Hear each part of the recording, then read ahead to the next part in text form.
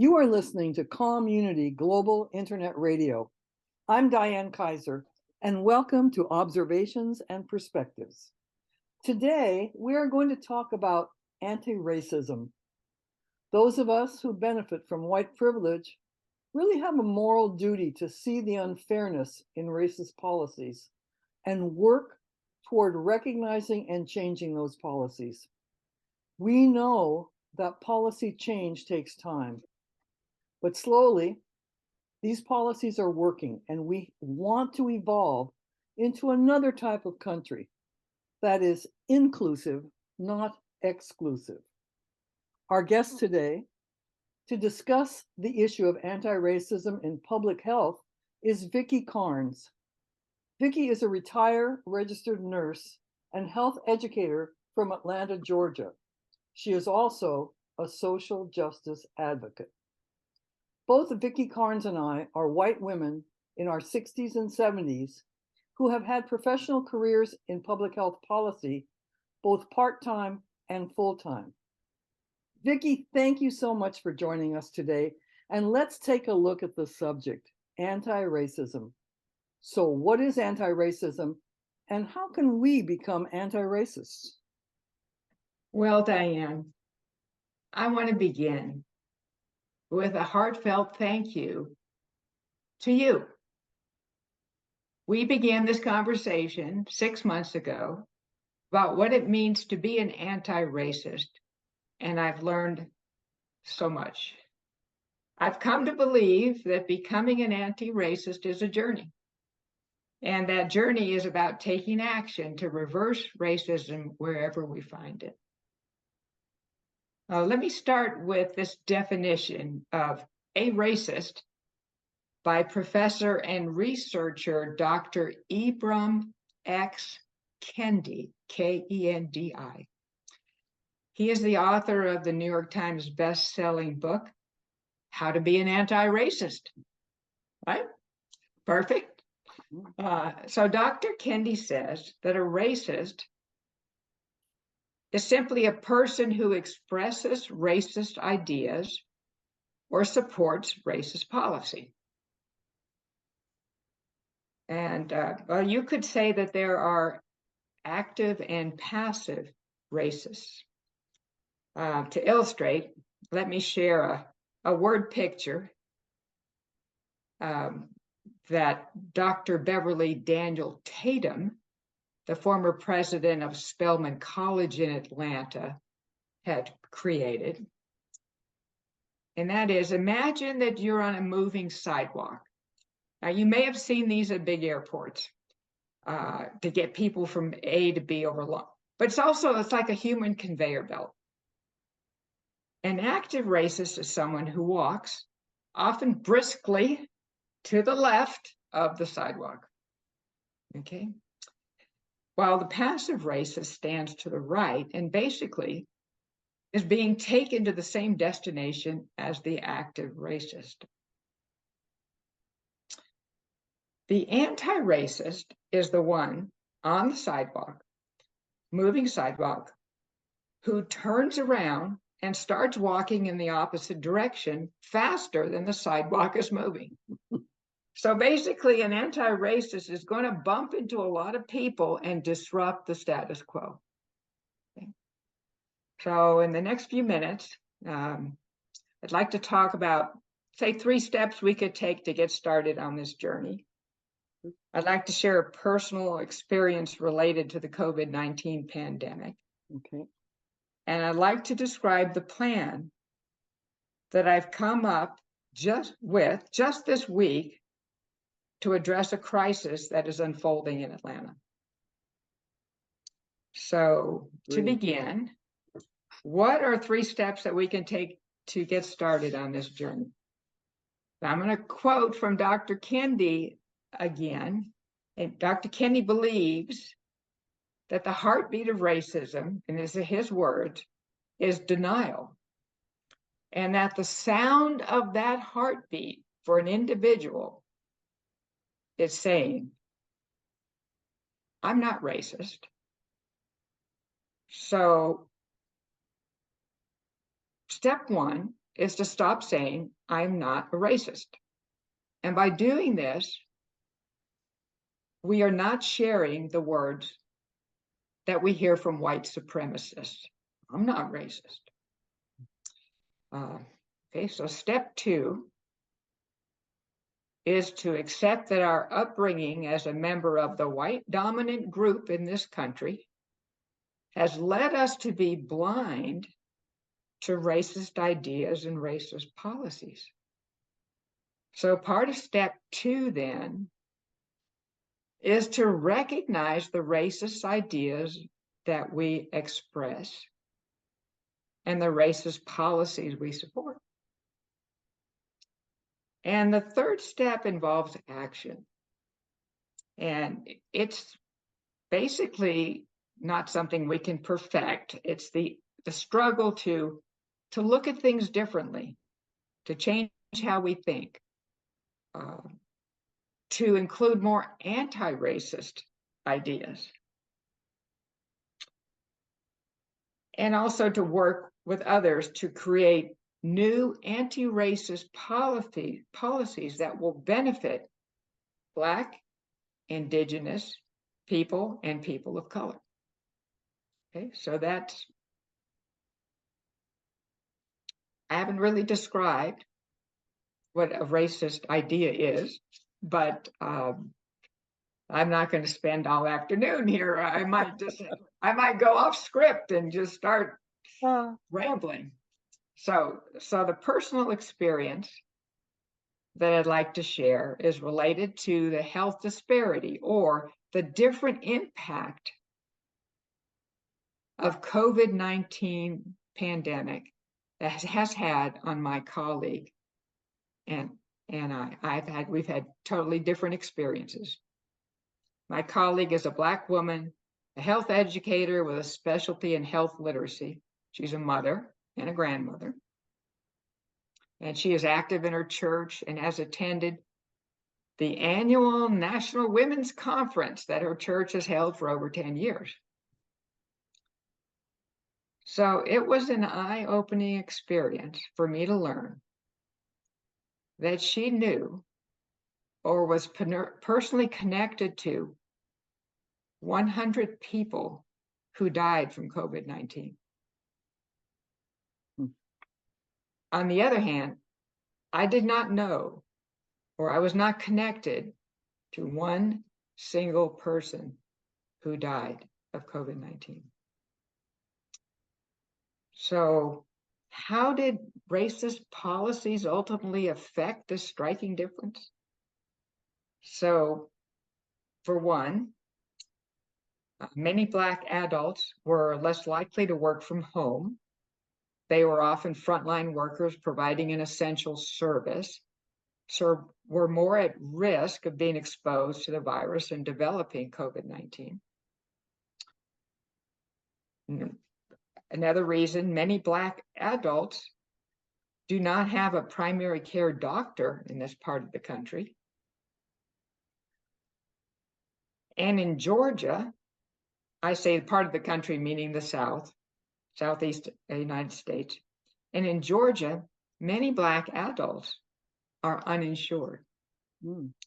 Now, this is directly tied to a policy decision to not expand Medicaid under the Affordable Care Act passed by President Obama and his administration, a policy to not expand Medicaid that our governor and his fellow Republicans have made. So there's over 500,000 adults in Georgia that do not have health insurance, where they would have had an opportunity in other states to sign up for Medicaid. And another reason is many Black families live in communities that are known as trauma deserts. And I'll explain what that is. A trauma desert is an area that lacks the highest emergency room designation of being a level 1 trauma center. So that's the highest designation. Deal with strokes, the highest, the most serious emergencies. So many Black families do not live near one of those hospitals, especially in Georgia.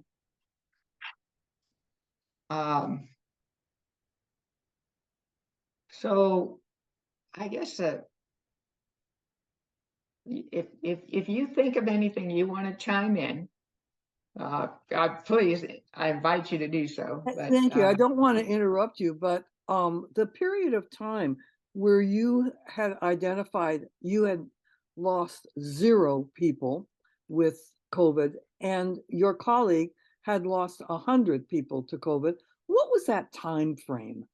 Well, during the worst part, even after vaccinations, people were still being exposed, or who had serious other medical conditions.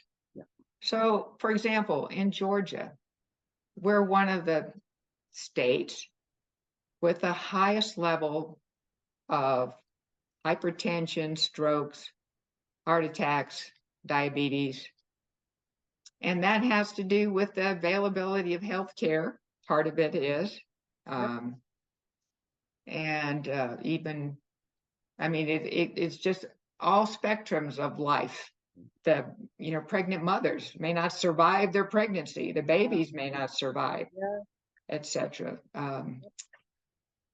So that's one. It's especially here in Georgia. Yeah, I was just interested in. We have an opportunity. Yeah, absolutely.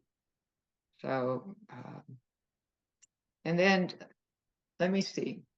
So this is the third area I want to talk about is what I plan to address, how I've been moved to take action. In other words, I've seen this unfold over the last 9 months, and I've been shaking my head. And it's like, I don't like that. This is not good. But it wasn't until the last 2 days that I've said, I took a stand and I said, you know what? This is not okay. I got angry. This is not okay. I've got to do something about this. What can I do?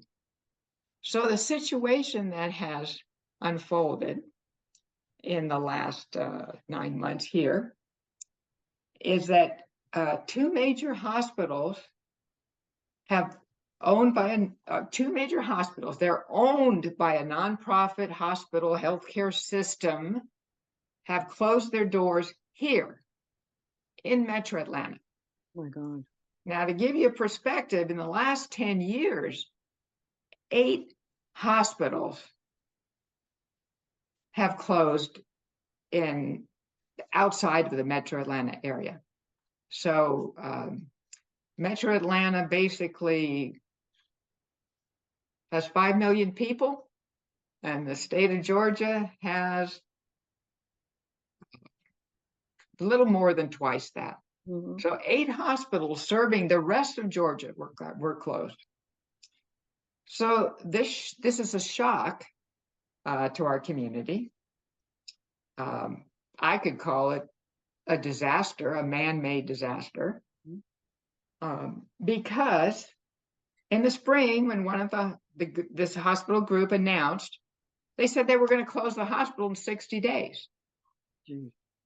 So then in August, the same group made another announcement and said, oh, by the way, we're going to close the biggest hospital. It's been around for 110 years in Metro Atlanta. I say the biggest. And it is the hospital with a level 1 trauma center. Oh my. So now in Metro Atlanta, we have 1 level 1 trauma center serving 5 million people. Are there any groups that are monitoring this and any alliances that are looking at health alliances? Yes, of course. I mean, there's all sorts of groups that were already interested in this. Even Senator Raphael Warnock held a town hall meeting, bringing people together to talk. Now, who shows up? Who shows up for those meetings? People have already been wanting to improve the healthcare system. Leaders in the industry, community health organizers, nonprofits, all these people show up. But one of the complaints that was made by the local chapter of the NAACP, the National Association for the Advancement of Colored People, has been, Yep. These people are not being affected. It's the people in the community that they need to be part of the conversation. Right. So the idea is, well, how's this impact? So in 10,000 adults will lose their primary care doctor. They have to go find another 10,000 adults to go find another doctor. And every month, over 8,300 people who have to go to an ER will have to go to one of the other ERs in Metro Atlanta, which there's only about four or five. There's only one trauma center, but right. So 8,000 people are going to have to go to the other emergency rooms, which are already suffering from overcrowding. So a And third. then, like I said, one of those two hospitals had the highest level of trauma emergency room. So that's going to affect 5 million people. Now, let's take a look. I don't have statistics for the 5 million people, but in the city of Atlanta itself, 52% of the population identifies as Black or African American. So city of Atlanta has 500,000 people.